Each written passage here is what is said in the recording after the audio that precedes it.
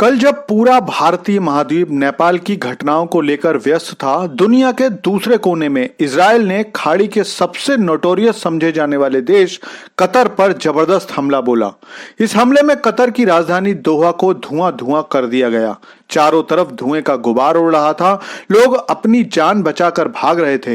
लोगों के चीखने चिल्लाने की आवाजें आ रही थीं। जो समाचार अब तक सामने आए हैं उनमें बताया गया है कि दोहा में कम से कम 1 दर्जन बड़े धमाके हुए हैं, जिनमें इजराइल का निशाना हमास के वो लीडर थे जो आराम से बैठकर कतर में लेविश लाइफ जी रहे थे और अब तक की गई युद्ध विराम की सारी कोशिशों को किसी न किसी तरह बर्बाद कर रहे थे। इजराइल का कहना है कि इस हमले के बाद हमास की लगभग सभी लीडरशिप खत्म हो गई है।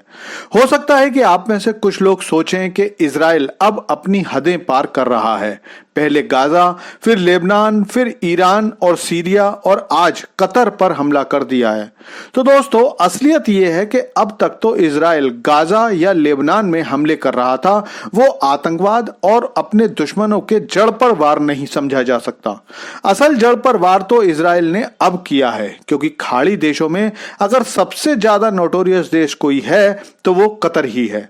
दुनिया के ज्यादातर बड़े आतंकी संगठनों के ऑफिस दोहा में ही हैं। ऐसे समझ लो कि ईरान समर्थित आतंकी समूह आराम से दोहा में अपने परिवारों के साथ बैठकर आनंद लेते हैं और इजराइल को परेशान करने की रणनीति बनाते हैं। हमास, हिजबुल्लाह जैसे संगठनों के ज्यादातर बड़े बड़े नेता कतर में रहते हैं और गाजा के नाम पर पैसा इकट्ठा कर करके 200 बिलियन, 400 बिलियन, 500 बिलियन डॉलर जैसी बड़ी रकम के मालिक बनकर घूम रहे हैं। इससे पहले कल ही अमेरिकी राष्ट्रपति डोनाल्ड ट्रंप ने कतर को चेतावनी दी थी कि या तो वो हमास को ताजा समझौते को मानने के लिए मना ले या फिर आगे के लिए तैयार रहे। बेसिकली कतर का सबसे इंपॉर्टेंट शहर दोहा ही है, जहां पर लगभग 3 लाख अरब लोग रहते हैं और जिनकी खिदमत में भारत, इंडोनेशिया और मिस्र के 20 लाख से ज्यादा लोग नौकरी करते हैं।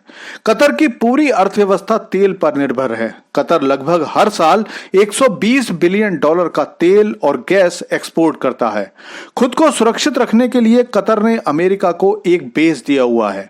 अमेरिकी हथियार खरीदे हुए हैं। कतर के पास दुनिया के सबसे अच्छे हथियारों में से एक राफेल जहाज, अमेरिकी F-15, रूस के एयर डिफेंस सिस्टम सब हैं। लेकिन इजराइल के एक हमले ने बता दिया है कि केवल अच्छे हथियार खरीदने से कुछ नहीं होने वाला। उन हथियारों को इस्तेमाल करना भी आना चाहिए। यहां तक कि आप ये समझ लो कि अफगान तालिबान के लिए भी कतर एक सेफ जगह है।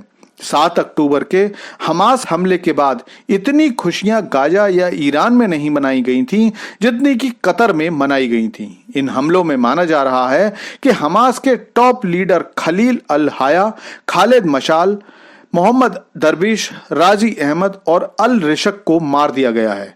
इससे पहले कतर में इन नेताओं की इजराइल से शांति वार्ता चल रही थी, लेकिन हमले के बाद कतर का बयान आया है कि अब शांति वार्ता आगे टाल दी गई है।